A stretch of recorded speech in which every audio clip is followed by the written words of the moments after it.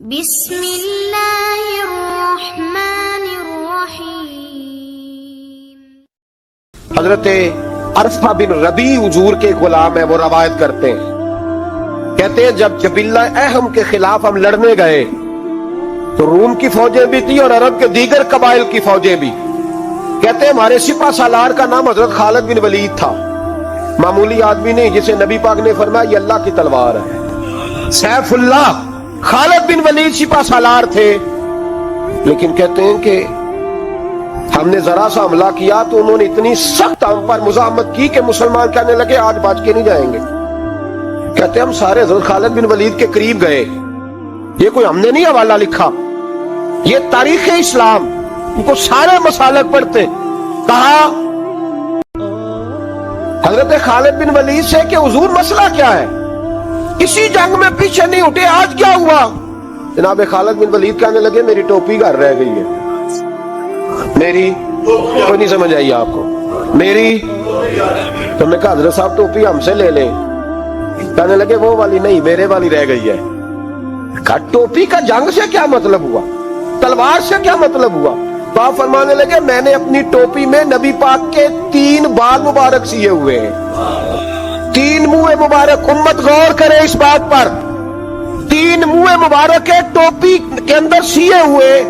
فرمانے لگے تلواریں تو سب کے پاس ہیں، مجھ سے بہادر سیانے بندے بھی ہیں، پر جب میں حضور کے منہ مبارک سر پہ رکھ کے میدان میں نکلتا ہوں تو فرمایا پھر اللہ مجھے ہر میدان میں کامیابیاں عطا فرماتا ہے۔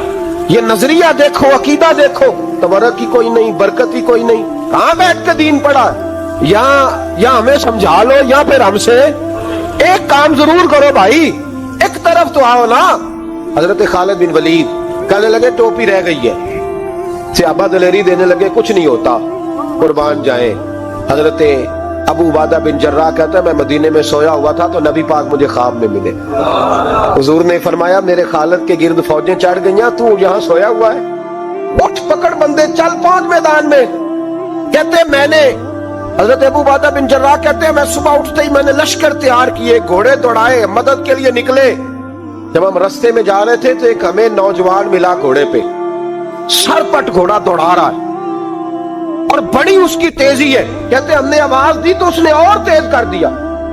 حضرت خالد بن ولید کے میدان کے قریب پہنچ گیا، کہتے میں نے 2 سپاہی دوڑائے، میں نے جا کے کہا اسے روکو کون ہے؟ کہتے جب ہم قریب گئے نا تو اس نے کہا پیچھے ہٹ جاؤ قریب نہ آنا۔ کہتے ہم نے کہا تو کون ہے؟ کہنے لگے میں حضرت خالد بن ولید کی زوجہ ہوں، میں ان کی اہلیہ ہوں۔ تو کہا آپ کدھر جا رہی ہیں؟ کہنے لگی وہ منہ مبارک والی ٹوپی گھر بھول گئے تھے، اور ٹوپی بھول گئے تھے، سارے راز نہیں جانتے، میں بیوی ہوں، میں جانتی ہوں کہ خالد کو کامیابی ملتی تھی مصطفیٰ کے تبرک کی برکت سے، وہ ٹوپی بھول گیا ہے، مسئلہ بن گیا ہوگا، ٹوپی پہ نظر پڑی ہے تو مجھے کوئی اور ملا نہیں تو میں خود دینے جا رہی ہوں۔ حضرت ابو عبیدہ بن جراح کہتے ہیں ہم نے کہا کہ ہمیں دے دو بہن، ہم دے دیں گے۔ کہنے لگے نہیں، ہمیں پتہ ہے اس کا ادب کس طرح کرنا ہے، کیونکہ ہمارے گھر میں رہتی ہے تو ہمیں پتہ ہے ادب۔ اور یارو اگر یہ ذائقہ ہی نہیں تو پھر تجھے حضور کی عزت کا پتہ ہی نہیں، اگر تو حضور کے تبرک سے آشنا ہی نہیں پھر تجھے پتہ ہی نہیں رسول اللہ کے مقام کا۔ اقبال کہنے لگے اگر بھاؤ نہ رسیدی تمام بھول حدیث، اگر تو حضور کے قدموں تک نہیں پہنچا پھر تو ابو لہب کے کھاتے میں جائیں گی تیری نمازیں۔ میرے مصطفیٰ کریم سید عالم صلی اللہ علیہ وسلم کی وہ ٹوپی لے کر زوجہ کہنے لگی تمہیں ادب کا نہیں پتا، میں ہی جاؤں گی۔ کہا چلو، کہتے وہ دوڑی گئی۔ حضرت خالد بن ولید کہتے ہیں اچانک میری نظر پڑی تو کافروں کی فوج تنی ہوئی تھی، وہ ٹوٹنے لگی اور ایک شاہ سوار دوڑا آ رہا ہے، تو میں نے کہا یہ اکیلا جوان صفے کاٹتا آ رہا ہے، جب لڑ رہے تھے تو یہ فوج ہم پر چڑھ آئی تھی، اکیلا جوان۔ کہتے ہیں جب وہ جوان قریب آیا تو خالد بن ولید کہنے لگے او جوان تو کون ہے؟ اکیلے نے سب کھول دی۔ تو کہتے ہیں زوجہ بول کے کہنے لگی نہیں، مسئلہ جوان کا یا کمزور کا نہیں خالد، مسئلہ یہ ہے کہ ٹوپی آج میرے پاس ہے، مسئلہ یہ ہے کہ ٹوپی آج اصل شے میرے پاس ہے، تو اس لیے صفے کاٹتی جا رہی ہوں، ورنہ مجھے تو چھری بڑی مشکل سے چلانی آتی ہے۔ ٹوپی آج میرے پاس ہے، یہ ہے ارض جنت، یہ طیبہ کی زمین ہے،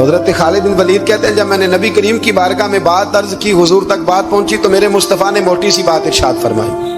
رسول کریم فرمانے لگے بھئی بات مختصر سی ہے، جس نے عمار کو راضی کر لیا اس نے مجھے راضی کر لیا، اور جس نے اسے ناراض کیا اس نے مجھے ناراض کیا۔ فرماتے ہیں بس میری قیمت پڑ گئی، میرا قد اونچا ہو گیا۔ حضرت خالد بن ولید کہتے ہیں میں نے بھی کہا اب بات کیا کرنی ہے، اب تو گزارش ہی کرنی ہے، اب مدعا کیا سنانا ہے، اب تو بات کرنی ہے۔ فرماتے میں آگے بڑھا اور جیسے بھی ہوا میں نے حضرت عمار بن یاسر کو راضی کیا۔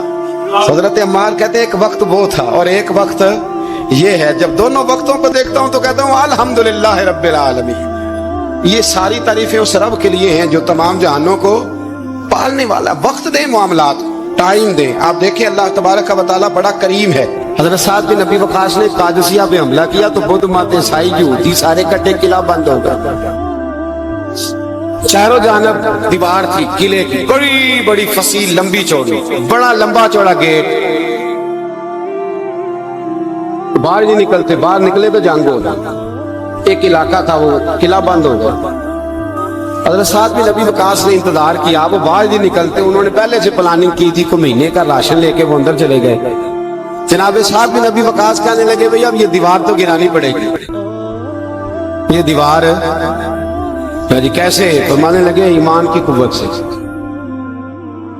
آپ نے نا انسانوں کی چار دیواری بنائی، اس دیوار کے گرد صحابی کھڑے کیے، توجہ میری طرف رکھیے، یوں چاروں جانب صحابہ کھڑے ہو گئے۔